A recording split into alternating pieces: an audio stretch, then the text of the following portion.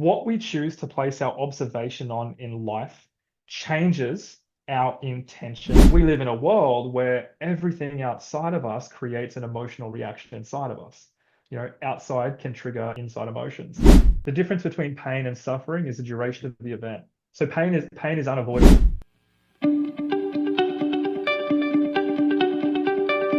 What one key piece of advice would you like to give to all the entrepreneurs watching and listening today? Number one, you need a mentor. Number two, you need some brothers around you. You need good men who will hold you accountable to the standard required for you to actualize your ambition. Hello, and welcome to the Business Growth Show, where I interview successful entrepreneurs on all areas of business and how to utilize them for exponential growth. My name is Nathan Cassiotis. I'm a business growth expert, investor, and international speaker where I help business owners grow and scale to create wealth and freedom. Today, I have an awesome guest. His name is Josh Solomon, and he is a business mentor, entrepreneur, veteran, and father. And as a men's business and mindset mentor for coaches, consultants, and entrepreneurs, he helps them to elevate, systemise, and monetize. Welcome, Josh Solomon, and thank you for being on the Business Growth Show. Thank you so much, Nathan. Wonderful to be here. Thank you very much for inviting me on. You're welcome, mate. I'm sure it's going to be awesome for everyone watching and listening today. And you are a successful entrepreneur. So for those people that don't know who you are, just introduce yourself by telling us a little bit more about you and your journey. Yeah, 100%. I mean, you covered the big important parts, right? In the little bio there, so I appreciate that. But look at a couple of massive defining moments, as we all have, and what I found throughout this journey into entrepreneurship and business, especially stepping away from just running online businesses to really networking, really connecting with people and understand themselves and their business, is it's these defining moments that really shape who we are as businessmen, and who I am as a businessman. And as you mentioned, being a veteran it's been one of the greatest gifts for business. And I like to have a look at the different experiences and defining moments that have happened in people's lives, especially in my own life, as the very fuel, the very reason why I have been able to generate so much success. But as you mentioned, military has been a big part of my life. Sport has been a big part of my life. Ever since I was a young little whippersnapper, being extremely competitive, not so great in my relationships, sometimes a little bit too competitive, and also with my relationship with my children. But I think it's that real competitive drive and that real competitive nature that I've had ever since I was a child that really set me up, as unknowingly as it was at the time, into the world of business, thrust into the world of business post-military life. It hasn't been a simple journey, and I'm sure yourself, your listeners, and some of the other wonderful guests that you've had on here will all share the same thing. This journey into really stepping up as a man and stepping into the world of business and entrepreneurship. It is an absolute roller coaster of a ride, and I've had my own fair share of those moments.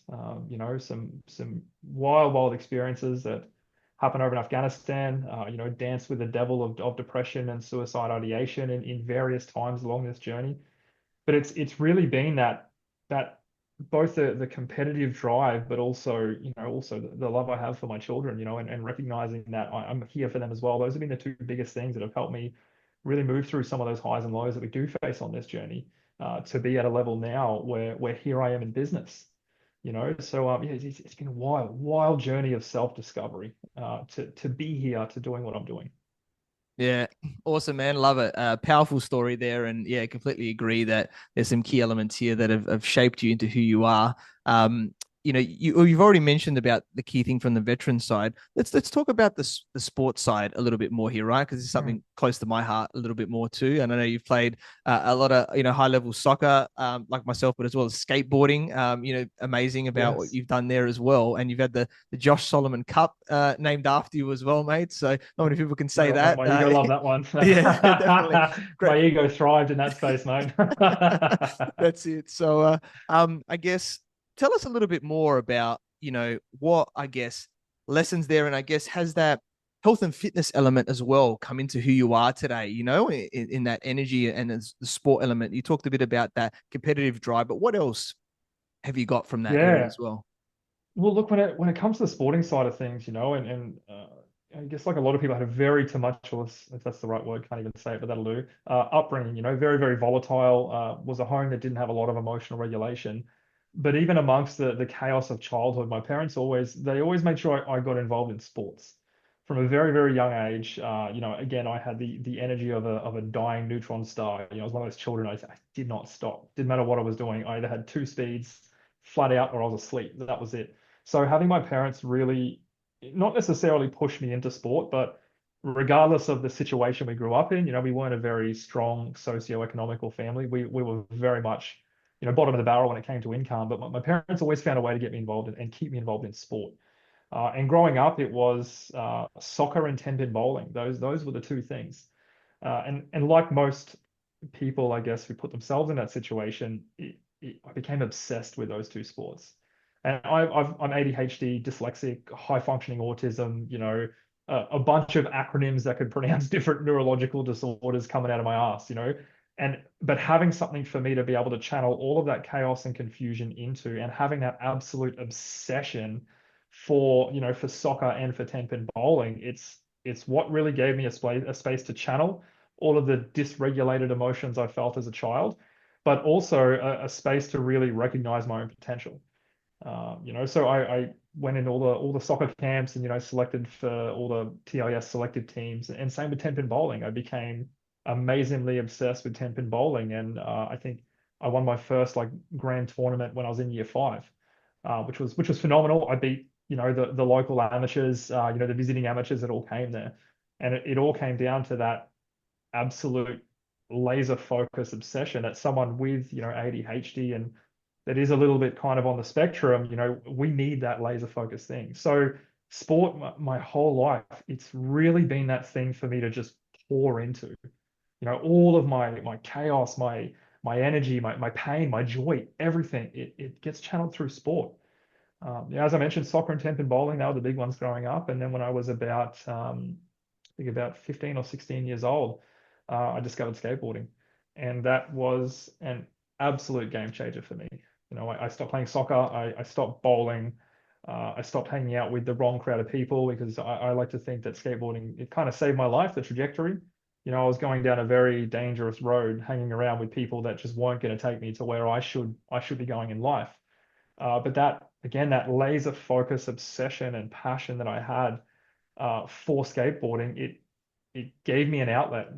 It gave me an outlet to be creative, to express, to learn, and to challenge. To challenge myself every single day with that drive to just be better.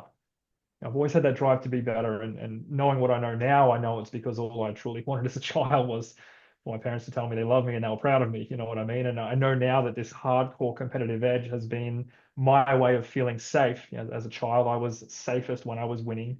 When I was carrying trophies and when I was the champion, I received the most amount of love and admiration. So that carried into absolutely everything that I did. But mate, skating was massive, absolutely massive, massive component of my life. And I do a lot of work with the skateboarding community in Townsville, and I'm starting to spread my roots down here in the Gold Coast as well. And what I've found is that skateboarding and sport in general, actually, but skateboarding specifically, it gave me that never give up grit and determination that's required in order to be at the top of anything. And when we have a look at skateboarding, it's a painful sport, brother. It is a painful sport. Not just the physical pain. I've lost count of the amount of tendons I've torn and ankles I've broken and wrists I've broken, but the very fact that what skateboarding teaches you to do is to focus on the results that you want, not on the results that you're getting. Because it would take sometimes years to really nail down, really land a new trick, really, really nail it down to the point where it's just muscle memory, unconscious programming. Same with soccer, with bowling, with football, with any sport. It really teaches you to focus on the results that you want, not on the results that you're getting.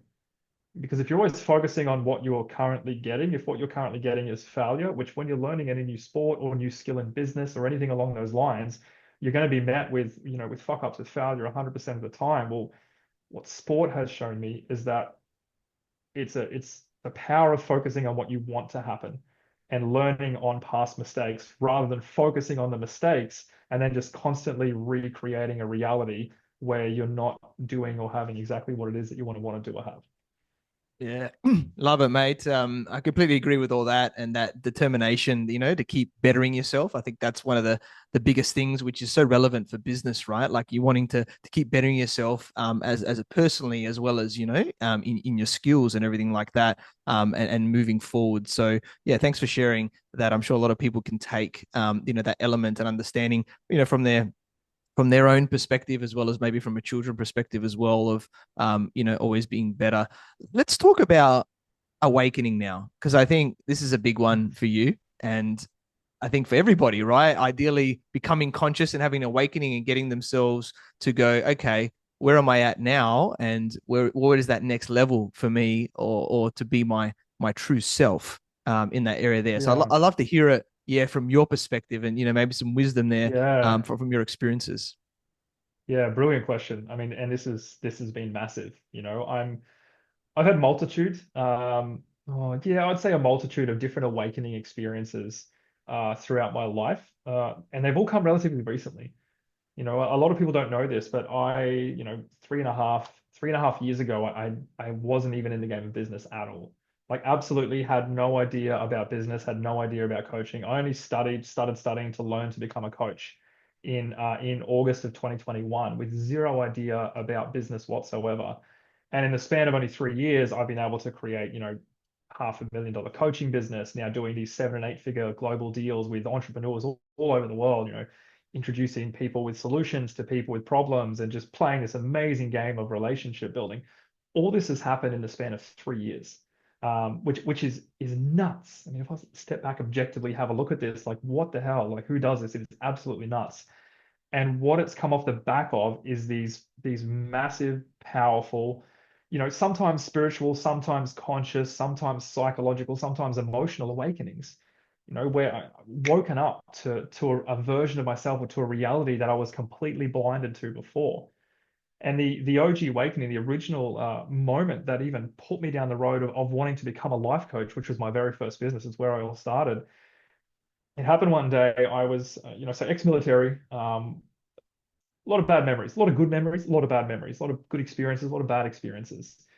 One of the experiences I had over in Afghanistan, pretty horrendous time over there. And at one point, it all got too much. I put my pistol to my head, and I was ready to check out. I had someone I cared about at home very, very much break my trust. And off the back of that, just seeing the degradation of the human condition, and seeing, some local Afghanistani children treated really, really horribly in a short period of time, it put me in a position where, honestly, I was ready to check out. I walked around the back of the base. I was staying at TK, around the back of a couple of Connex's containers, put my pistol to my head, and I was ready to go. I had this little voice inside of me though, just whispered to me, not yet. And looking back, I know exactly what that voice what is now, but at the time I didn't know. So that experience stuck with me for a long period of time. The experience, the feeling, and I still feel it now. I still feel the cold steel of my Browning 911 pressed up against my temple. And a lot of the time, I have an unconscious tick where when I'm sitting here and talking, I'm just naturally sitting with my hand in the shape of a pistol at right there, then because that's where I pressed it. I have this unconscious thing where I just sit there like that in moments of contemplation. But that for a long period of time, I wasn't able to speak about that. It was one of those traumatic experiences because holy shit, like I almost killed myself. Like wow, that's a really big thing for someone to experience. And that was the memory that haunted me the most. I came back from Afghanistan, made a decision to stay with this person, just a bunch of things we won't go into. Ended up having two amazing children, got married, then got divorced. And it was this period when I left the military before I kind of found myself where I was really in limbo in life. I was medically discharged, got a medical discharge from the military. So they were just pumping money at me every single year. I was getting paid hundreds of thousands of dollars in these big cash injections. Plus, I was on full medical benefits and retirement, for the rest of my life.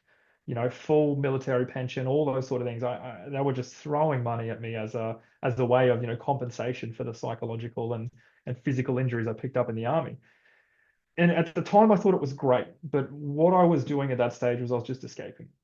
That was it. I was going away on holidays. I had my two boys week on, week off with their mother. And the week that I had them, it was just dad life. They were my distraction. And then the week they're back to their mum's house, I had to escape. So I would travel or I'd take drugs or, sleep around and create this false persona, this false reality that I was this happy, confident alpha man with all of the money. And I was supplying the party. I'd fly my mates up from all over Australia. We'd go to Brisbane. I'd pay for everything, pay for hotels and alcohol and drugs. And I just had this persona that I was extremely happy, just confident man.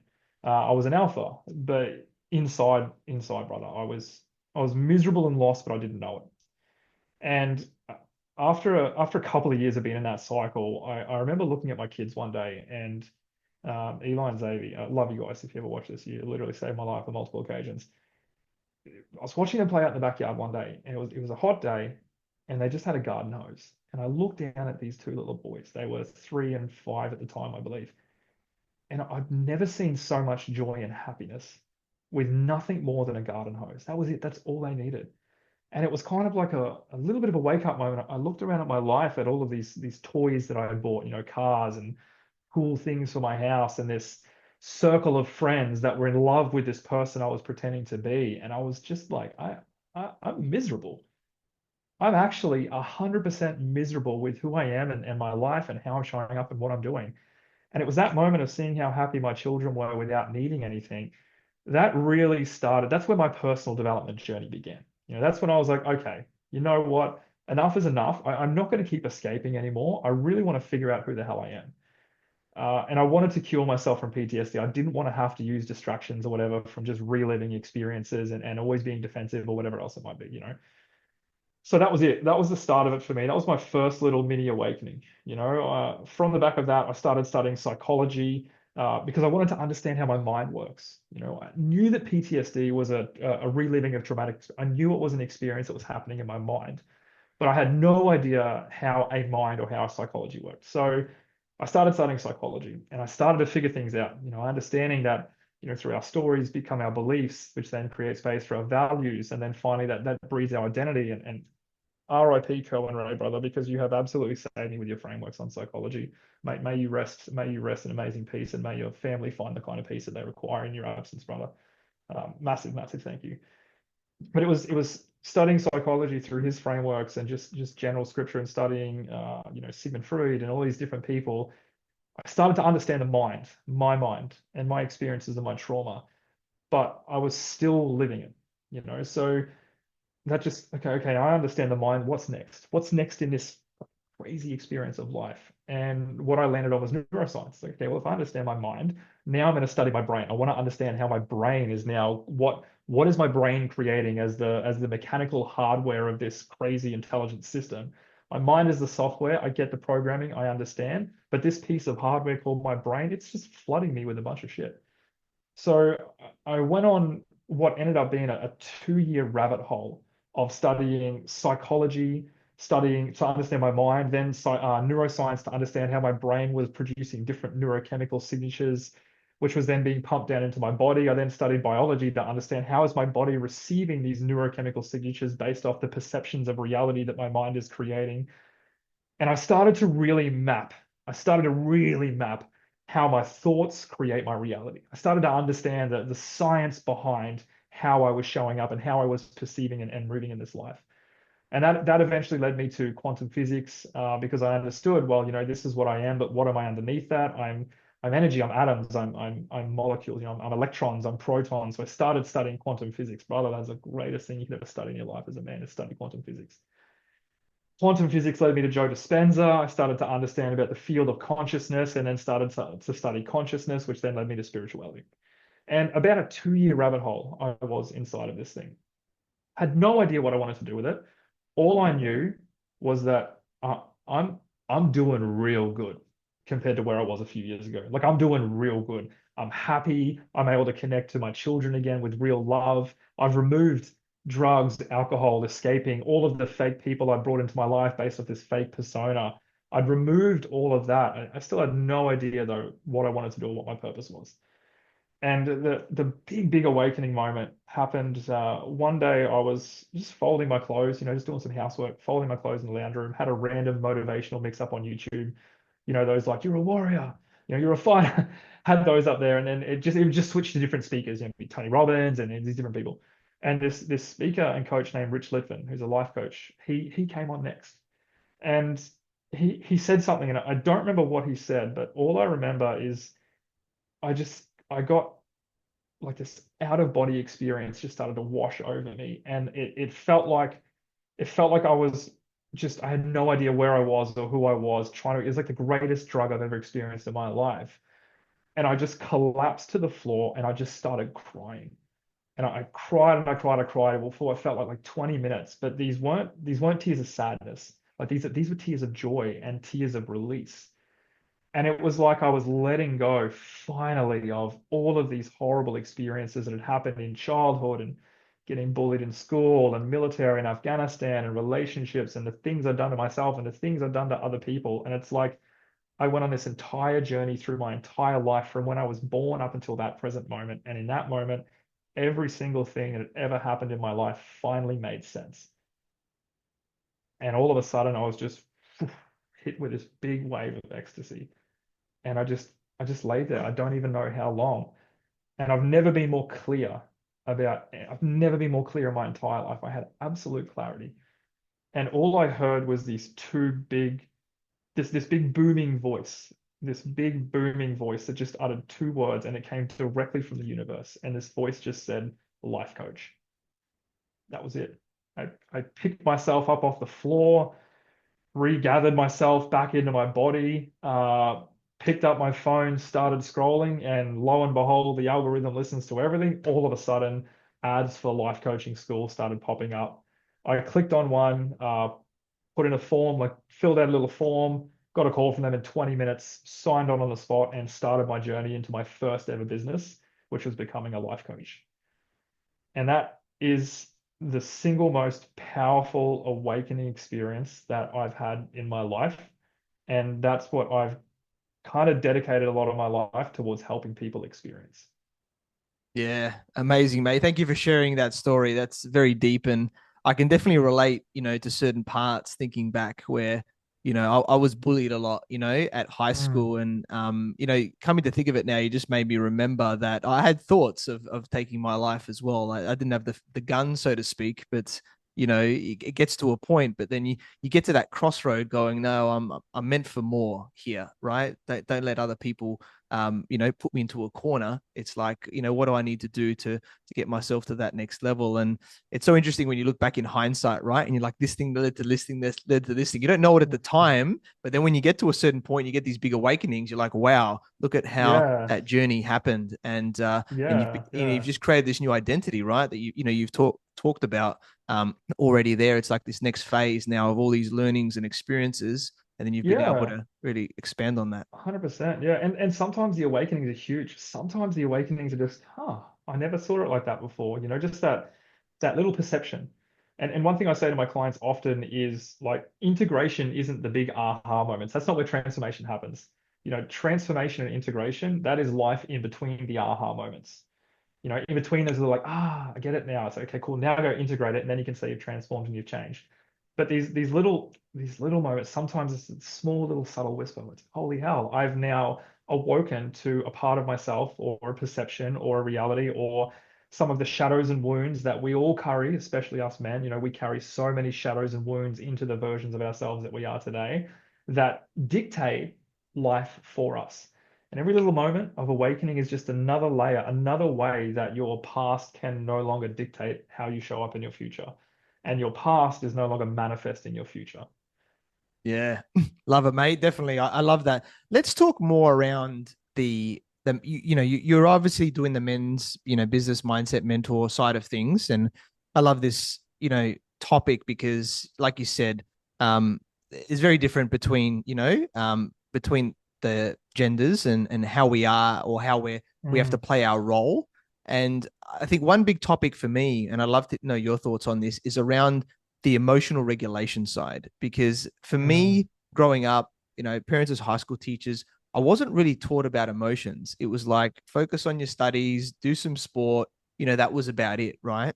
And I maybe was aware I got a bit angry or things like that. Or, I met my wife and she gives me a list and there's like 100 emotions on it. I'm like, what are you talking about? These don't exist, do they? And then becoming awareness of like how to actually process emotion and not necessarily just bottle it, right? And I think this is especially for Aussie men, right, where it's like just get on with it type of thing like that. But I think it's probably just definitely. generalization as well around the place too. So I'd love to know your thoughts about us, how we're being how to be aware of emotions and how to regulate that so that we can be a great human, right? In our life and, in our business as well. Yeah, 100%, brother, 100%. And just to backtrack there, your parents actually taught you a lot about emotions, and what they taught you to do was dismiss them. What they taught you was that they're not important, and not by saying your emotions aren't important, but by not bringing them up with you, a part of your human experience. It just gets pushed to the background as, okay, well, I don't understand this, but it's just a part of life, right? It is what it is the old saying. It's crazy. Every single thing we know now was a direct reflection of what our parents did or didn't teach us. And we either know about it, thank you, parents, or we don't. Oh, great, now it's going to unconsciously ruin my life in some way, shape, or form. And obviously, we could talk about neuroscience here, the difference between the male brain, the feminine brain, and how we operate so amazingly differently energetically, and the fact that they are naturally more emotional, nurturing, and we are naturally more logical, left brain thinkers. But I feel like when it comes to emotional regulation, one of the greatest things I learned in the military was a thing called controlled aggression, which was a way to channel anger specifically because most men suffer from, well, I don't want to say suffer, but if we look at what is an emotion that most men either don't know anything about or struggle with the most, it's usually either empathy or I don't usually get that, or anger, right? So when it comes to emotional regulation, one of the things I really help my clients instill, and one of the things that's really, really, truly helped me is having a space in life where we can have controlled aggression through either combat sports, through boxing, even through the gym, through running, through sports. It's a great way for us to be able to transmute and metabolize the raw emotional energy that we feel from suppressing emotions. There's a lot of time in a man's life, especially in business, where we don't have the luxury of feeling our feelings when they show up. We just don't. And if we do allow how we feel to determine what we do, we then become a slave to anything that can control how we feel. And we live in a world where everything outside of us creates an emotional reaction inside of us. Outside can trigger inside emotions. So if we as men in business, if we allow how we feel about every single thing, every single experience, if we allow how we feel to determine what we do, then again, everything outside of us that can change the way we feel can determine our actions. But this game it's not all about, it's actually not, don't suppress your emotions. Hell no. It's not about, I'm just going to be completely logical and run a logical business model and make sure everything's all about data. Look, those things are so important, right? But to ignore the emotional experience is to ignore what it means to be a human. Without emotions, we are, less advanced AI, right? We're just logical, left brain, computer driven people. So having emotional regulation, especially things like controlled aggression, things like meditation, going for a walk, mindful conversations, having these different activities that we can use to regulate our emotions is going to allow us to show up and make a more informed and intelligent decision in business. Sometimes we have to make completely data-driven, logical decisions in business. Sometimes we have to take into consideration the emotional component and the counter effect of our decisions.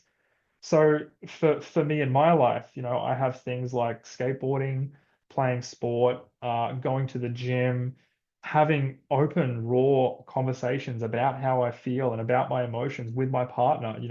Every single evening we talk, how's your day? How'd you feel today? What emotions came up? Is there anything that you want to talk about? And having that space in a really safe relationship where I can express and I can sort of drop that masculine shield that we as men have to wear as the protectors, as the providers. We need that soft space to land, and it's either going to be a beautiful woman, like an amazing woman, or we have to learn how to be our own soft space to land. But having that space to actually talk through with someone who understands and won't let you get away with your own bullshit is one of the most important facets of emotional regulation that will have you showing up in your business, in your relationship, and with your kids from a more grounded and balanced place. Because emotions are intoxicating, absolutely intoxicating. Have you ever had one too many glasses of wine and you kind of wake up the next day and it's like, oh, I wish I didn't say that. I wish I didn't do that. And then we have like a crazy emotional reaction. It's like, like I wish I didn't say that. I wish I didn't do that. You know what I mean? Like our emotions are intoxicating. So every opportunity we can get to regulate, to transmute, to alchemize our emotions, it's going to allow us to show up in every area of our life from a more grounded and balanced positions. Now, as a protector and provider, your whole job is decision making. It's huge. Don't trust your drunk decisions. When you're extremely emotional, be them extremely joyous or extremely sad like pie, although it doesn't matter. Don't trust any decision that you make from a heightened emotion. Regulate, sit with, come back down, look at the data, combine the data and emotion, and then make the decision that you need to make for what's best for you, your family, your business, and anyone else who might be under your care as well. Yeah, I love that, mate. Completely agree around decision making. I love the term the controlled aggression. I definitely feel that Mm, when I play soccer and things like that. So I think guys mm, need some outlet, whatever those outlets were that you mentioned, which is so cool. And yeah. I've got a great relationship with my partner. We'll get into that in a moment. And but the one thing that I don't necessarily do, we talk about a lot of things, is saying what emotions came up for you today. I think that was a really amazing point, right? Of just that little golden nugget that you just said there, where you're just like, let's talk about this daily, that it's not as normal for 100%. us, and Yeah. allow the female, more emotional, nurturing side to come out and allow us to express that, can be really, really powerful. So I'm definitely going to take that on board, mate. Yeah. Yeah. 100%. And this is such a and look, it's coming more popular, but understanding the dynamics between masculine and feminine energy in a relationship and really identifying the traits, qualities, both positive and the sabotage patterns that exist in the masculine and the traits, qualities, and sabotage patterns that exist in the feminine, understanding how those show up as an energy, not as a man or as a woman, because we all know men who are, could be more feminine, and we all know women who could be more masculine. In terms like masculine and feminine, they're nothing to do with, with gender or anything along those lines. It's just the primal energies. They exist in all animals. They exist in all plant life. We have the masculine and the feminine. But understanding those, mate, when it comes to your own regulation, and when it comes to your own shadows, your wounding, and then understanding regulation, shadows, and wounding within your partner as well, to be able to hold space for the feminine to express emotionally without it triggering your own unhealed emotions, which are rooted in your wounded masculine energy, being able to understand the dynamics of energy and how they play in a relationship, you're going to create so much connection and so much closeness with your partner by taking that journey and understanding masculine and feminine dynamics. And that, mate, look, the greatest gift you can give yourself in your entire life is to lead a woman who feels so safe and supported in your energy that she doesn't become the chaos in your life. What that's going to do for you, for the way that you see yourself as a father, for the way that you show up for her, and for the way that you show up in your business and the magnetic, attractive energy that you then have by walking into a room, knowing that you're so solid within the way you treat your partner and that she feels so safe because of you and you feel so supported to elevate because of her. That is magnetic, that energy. And when you walk into a room and you see that, it's just like, well, I don't know why, but I feel drawn towards this person's energy. And you have this conversation, you find out they've got a great relationship and their partner speaks so highly about them. And because of that, they feel so great about themselves. They can go and conquer the world, the world of business, the world of entrepreneurship, the world of parenting, the world of being a man. That is the absolute gift of life. And by understanding masculine, feminine dynamics, which is something I take all of my clients through in the early stages of coaching with me, full deep dives into psychology, neuroscience, the science behind themselves to help them become more successful. But one of the biggest components we touch on is masculine and feminine dynamics in relationships, in business and sales. What a gift! What a gift of knowledge to be implemented in your life. Yeah, love it, mate. So true, completely agree. And communication's always been key. And it was funny how past experiences do it, right? And I went to my wife. It's like that hinting thing, right? Women like to hint things a lot of the time. And I listen, I can't read your mind. You're gonna have to communicate. It's Yeah, almost like I had to, we've all got different shadows, right? But she almost had to like train her to communicate more with me. And as we built that up over the yeah, years, we're just so open. We can communicate, anything to each other. And yeah, I learned about emotions where when you feel an emotion, it typically only lasts for up to 2 minutes, right? Then after that, yeah, it's actually just a replay of the emotion that's happening within you.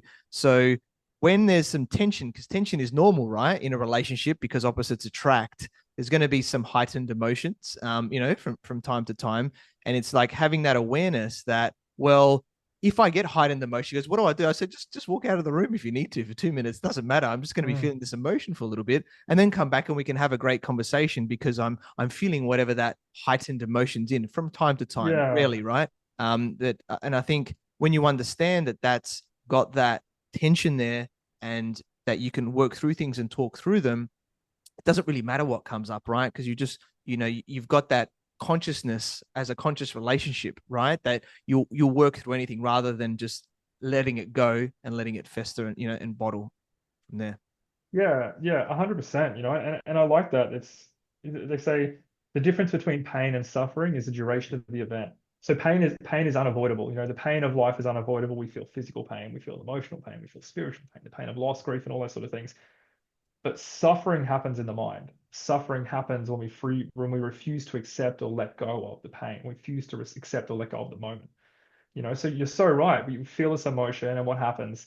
An emotion then creates this experience, and our brain has to make sense. It has to make sense of what we're feeling, and the way it does this is through the mind and creating these realities that must match how we feel.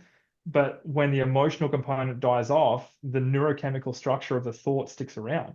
And this is why I'm such a big fan, and why I think that understanding, learning how the mind works, like not how your mind works, but learning the actual process of mind to brain to body is so important, because to understand that every single thought that we have creates a neurochemical signature in our brain that matches the intensity or the emotional level or whatever it is of the thought, which is then dropped down into our body to create a feeling, and then this whole system combines to create an emotion. We then take an action off the emotion, which creates our reality, literally creates our reality, right? We look around our reality and we go, okay, who am I? I am this person who has created this reality. So by understanding that process, and by recognizing that, hang on a sec, I'm feeling this thing and I'm stuck in this thought loop. By me continuously allowing this to happen, I'm just feeding my body like a junkie this horrible neurochemical cocktail of adrenaline and cortisol, which my body then feels and goes, okay, well, this is how I feel. So the thought must be true. So now let's just live in a cycle and loop of this thing continuously playing again and again. Because right now, what I'm thinking matches how I'm feeling. Oh, it's all good. As long as what I'm thinking matches how I'm feeling, the natural tendencies of this intelligence system is to keep it the same. Why? Because the number one function of the mind is to create coherence between our reality and the programs of itself. Okay, so what does that mean? What that means is that our mind doesn't look out to reality and goes, okay, this is what's real, so let me change how I think to match what's real. The mind goes, okay, this is what I think, so let's now distort reality to match what we think. All right. The job number one role of the mind is to create coherence between the program and the reality, not the other way around. So that means that our brain and mind, this intelligent system together, will delete and distort and generalize reality, physical reality, to match the perceptions and meanings that we create within our mind to match the stories, right? And by understanding that process, it's like it really helps. It really helps people get out of the loops, the negative looping patterns of thought and reality, because it's like, hang on a sec, this real? Is what I'm experiencing, is what's happening in reality, right? There's meaning and perception to it real? Or have I just distorted what's happening and what I'm seeing to match what I'm thinking is true? And debunking that is like, oh my God, the amount of times I've screwed myself over in life by allowing this natural process. And now what's the process? Hang on a sec. Take those three deep, calm, centering breaths. Let me use oxygen, the breath, to flood out my brain full of these negative neurochemical cocktails. All of a sudden now my body's not feeling the stress of adrenaline and cortisol because I've flooded my brain with oxygen. As a natural process of my brain becoming more oxygenated, I'm now producing a little bit of serotonin, a little bit of oxytocin, which my body then feels as calm, where now my mind creates a new thought because my body is calm and goes, okay, let's just step back and have a rethink about this. Literally 1 to 3 deep oxygenating breaths can remove us from so much suffering of the mind, which I mean is so handy in the world of business, in arguments with your partner, and in parenting as well. Yeah, love that, mate. So true, so powerful. Uh, let's get into the universe and quantum physics a bit more. Now, I know you already touched on quantum. I love this topic. It goes so deep, and I guess let's maybe hear it from a whole gamut from you, because there's the elements of vibration and energy, right? And there's that, I guess, that higher purpose, that comes around of everything around us there. So I'd just love to know from your perspective, your thoughts, so people can get awareness of how things actually work from that energetic perspective, and how we can create something much bigger in this life, whatever that is for us as well. Yeah, yeah, sounds good. Sorry, my partner just messaged me. I have a car at the moment, and she just sent me a message on WhatsApp like, "Oh, I need a car." I was like, "Fuck, catch an Uber." All good. Sorry, mate. Can you just ask that question? My partner Yeah. always comes No, first. no, As soon as no. she You're all messages me, good. I'm always in there. You know what I mean? Sorry. So just rehash that question on I'll quantum rehash it, physics. mate. It's all good, right? This is life. This is business. I say to people Good when shit, man. when I'm in meetings and things like that, things pop up. I'm like, it's nothing's perfect, right? Just do what you got to 100%. do Yeah. and come back Yeah. into it. Yeah. So, I love it. So, let's talk about the universe and quantum physics now, right? Where I think this is Mm. a really powerful, deep subject, and we could probably talk on hours on this. From a vibration, energy perspective, and that sort of higher purpose and how things work in this world. So, I'd love to know from your perspective and just explain to people, I guess, that the depth of that and what that means for us and what Yeah. we're creating in our life. Yeah. 100%. And as I said at the start of this conversation, mate, like learning quantum physics has been an absolute game changer. I'm not a physicist, like I'm not a quantum physicist. I've just studied the work and the result, super passionate, like sports, right? Kind of obsessive when I find something that I like. But understanding the fundamental building blocks of reality, of us, of life, of emotions, of everything, and really understanding what's happening on an energetic level, it creates so much perspective, but also gives the power to create so much change. And like everything in this universe, doesn't matter what it is, quantum physics 101, it's all made out of energy. And energy can never be created or destroyed, it can only change forms. And the forms it can change between is a wave of infinite possibility where energy is just waiting, or solid particular matter. For example, the if we were to get an electron microscope and zoom into my jacket, or zoom into my skin, or zoom into my watch, when you zoom in far enough, what you'll find is every single thing in existence that is physical matter is just energy vibrating at different speeds, different frequencies. That's it. It's molecules of electrons and neutrons and protons just vibrating at different frequencies, which then creates physical mass. So understanding that is kind of like a little bit of a holy hell, I'm actually no different to this table. I'm made up of the same energy. You and I are made up of the same energy. We're just vibrating at different frequencies. So that was pretty cool. That's sort of what got me into the world of energy and quantum physics. But look, the big thing for me is, and how quantum physics has truly, truly helped me is really by recognizing just how interconnected everything and everyone is in life. You might be sitting in Sydney right now, and I'm sitting over here in the beautiful sunny Gold Coast, which is much better than Sydney. Uh, but when we have a look at quantum physics, when we have a look at energy, when we have a look at it, every single thing that was once in existence, it was all interconnected. And you have a look at this quantum experiment called quantum entanglement, which these physicists they really tried to. Oh mate, actually no, I'm not going to go in. I'm going to here for 2 hours if I start talking about quantum entanglement and the observer effect. I literally will. I'm going to package this in a way that's going to be really helpful for people to understand. When we have a look at quantum physics and we have a look at the quantum mechanics of this universe, so one, quantum physics is just the study of energy, the tiny subatomic particles that create everything. Quantum mechanics is the study and understanding of how those things interact with each other. What is the mechanical process behind the subatomic particles that create absolutely everything? What is that process? So studying those two together has really helped me because one, again, the understanding of quantum physics is that everything is made out of energy, and the understanding of quantum mechanics is how does that energy operate and how does it move in conjunction with each other. And a quick little breakdown of the law of quantum mechanics is how energy is broken down from one state being physical matter to another state being the wave of infinite possibility. And a great example is to have a look at something that can exist in all states. And let's look at a cube of ice, for example. A cube of ice is existing as solid matter. It is energy, so it is these tiny little subatomic particles vibrating at a particular frequency or a particular speed, which creates a solid object of solid object of ice. Now, through the laws of thermodynamics, we have a look at the different ways that this energy, being solid ice, can be broken down into the wave of absolute nothingness just waited, all right? Waiting to be transformed. A cube of ice, how else can it exist? Right? It can exist as water, and then it can exist as steam and vapor, and then it can just float away into the absolute nothingness. What is it that does this? All right. What is it that changes ice from its solid state of ice to the liquid state of water to the vapor state of steam and then to the nothing state of absolute evaporation? What is the thing that changes this? You were talking thermodynamics there, or heat, basically, to my Yeah, understanding. heat, Yeah, yeah, literally 100%. So the laws of yeah. thermodynamics is by applying heat and tension to energy or to a particular object in a particular state, you can change its physical properties, you can change its state. Right? When you add heat to solid steel, you will eventually get molten lava. You know what I mean? When you add heat to a cube of ice, you will eventually get water, you'll eventually get steam. Well, what is heat? Heat is nothing more than tension. Heat is nothing more than changing, applying attention or changing the frequency in which these tiny subatomic particles vibrate until they're vibrating so fast that they just vibrate so fast they expand away from each other down to, the absolute nothingness of life.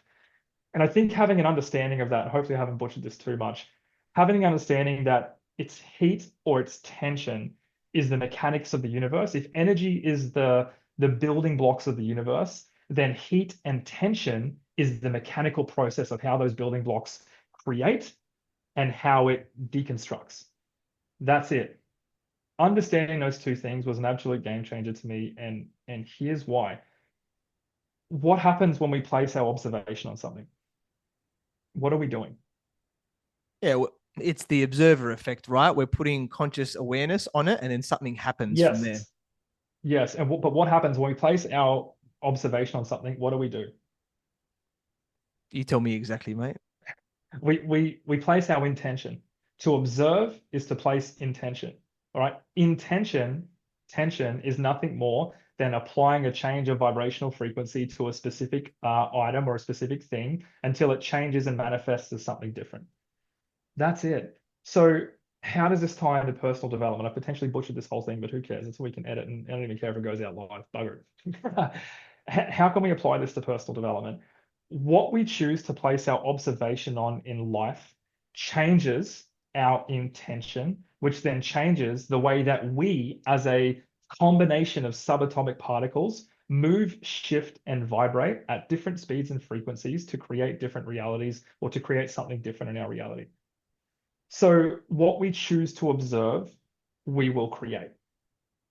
All right. What we choose to observe, we place observation, we place intention. Tension is the mechanical process of the universe. So think about this. Something happens and we choose to observe the negative aspects of it in life. We choose to focus on how it's going to hurt us or how it's going to suck or how we're not good enough we are or how hard it's going to be. By very definition of the laws of quantum mechanics and the laws of quantum physics, by us choosing to place our observation, our intention, we place tension around ourselves as a body of energy and then move through life in a specific way, which matches the emotions, which matches our psychology, which matches our energy to then create the very thing that we are choosing to observe. Right? This is why when people say they can or they can't, they're 100% correct. Because if we are observing what we can't do, we are placing a state of tension around our capabilities and around our physical ability to move something through life. Right? So if I'm looking at something going, oh my God, I can't, what's my capacity to achieve that thing? Yeah, it's like nothing basically, right? If you keep telling yourself. Exactly right. Exactly right. Why? Because we are choosing to place our observation or our intention on all of the things that could potentially go wrong and all of the reasons why we can't do something. All right. It's the same with positive thinking. It's the same with when we believe we can do this, or when we choose to see something as an opportunity and not a threat. We are choosing to place our intention. We are choosing to observe. We are choosing to mess around with the very laws that govern energy in this world to be able to either create what we do want and move towards it through focusing on opportunity, or to create the very thing we don't want by choosing to place our intention and our observation on the threat, on how it could potentially go wrong. And this is why you see the most successful people in the world are the people who choose to place their observation and intention on opportunity. They are, whether they're aware of it or not, they are manipulating the very laws of thermodynamics that govern this energetic universe that we live in. So for me, understanding quantum physics, the study of energy, and thermodynamics, the study of how energy is created or deconstructed, that's how it's been an absolute game changer. Yeah, love it, mate. There's so much gold that you just shared there for everyone. I love the breakdown that you connected all of those for you together. So everyone, make sure you're noting that down and be aware of your intention. I love that. Intention word is used so often, and then the tension of the laws, like that little link there is just massive. 100%. That's like a Yeah, yeah. very, very gold moment, man. So thank you. Yeah, Thank you for sharing. and I think you did. I normally speak about quantum physics for about I do a facilitation on it specifically, and I know it's normally about 3 hours. It goes for 3 hours. I like observer effect, law of entanglement, laws of thermodynamics, actually break down the science and then tie it all in, and try to get about 6 minutes there. So I potentially butchered it, but you're right. Like there's so much out there about intention. What's your intention? Have a positive intention. That wasn't my intention. Okay, cool. Now have a look at it from a scientific point of view. And this is how I like to break things down, right? What is the psychology? What is the science? What is the emotional component? And by understanding that your intention and what is your intention towards the things that you do, what's your intention for this new business deal? What's your intention for having this conversation with your partner? Is the intention to fight and to defend yourself? Because guess what you're going to do? You're going to fuck with the law of thermodynamics and create this crazy energetic experience where you are fighting because your intention was to defend what you thought was right. Your intention wasn't to come together with your partner and have a real conversation about triggers, about wounds, about the standards that you guys aren't living up to, and about how you can work together as a team in order to create a result where everyone has their needs met and everyone is fulfilled and loving and happy in that relationship. So by understanding the intention, but also the fact that intention is putting your immediate environment in tension, and tension is the mechanical law of this crazy universe we live in, that's a game changer. Definitely, brother. I love that. So, so powerful. And you shared so much gold with us today, mate. And I guess as we're starting to wrap up here today, what one key piece of advice would you like to give to all the entrepreneurs watching and listening today? Oh, get yourself a mentor. 100%. Okay, there's two kinds of people that you need in your corner. As a man specifically, and I used to work with men and women when I was just doing life coaching and personal development, but as I've stepped up more into an authentic role and into business, I truly find that the power of my work is in working with men. There's two kinds of people in your life. Number one, you need a mentor who's been there before, someone who has the results, proven results that you are looking for, who can see from that commander's viewpoint what you can't say because you're down there in the trenches, you're in the battlefield. So you need a commander up on the hill who knows the mission, who's been there before. Number one, you need a mentor. Number two, you need some brothers around you. You need good men who will hold you accountable to the standard required for you to actualize your ambition. That is a non-negotiable. All right. Because until you've reached a certain point, the biggest person that will fuck you over is yourself. From your own inability to hold yourself accountable to the standards required of the man you're becoming to achieve what you need to achieve in business, family, and relationships. So having a group of brothers that support you, that are on the same journey, on a similar level to you, some a couple higher, a couple levels higher, some a couple levels lower, but surrounding yourself with good quality men who are moving in a similar direction, can be different businesses, but a similar direction, who share the same values and who will hold you accountable to your own bullshit. That is one of the most important and powerful things that you can have in this world. The lone wolf mentality will get you very, very limited into you actually stepping up and doing what you need to do. So find a mentor, someone who you don't like. Honestly, you shouldn't like your mentors. They will show you the darkest, most ugly, most unworthy parts of yourself for you to be able to recognize, build a strong relationship with, and move forward. They will see what you can't and they will push you and challenge your beliefs. A good mentor shouldn't just be a business coach who says, follow these steps. A good mentor will challenge every single thing that you think you know about yourself in order for you to go on the ultimate journey of self-discovery to become the strongest version.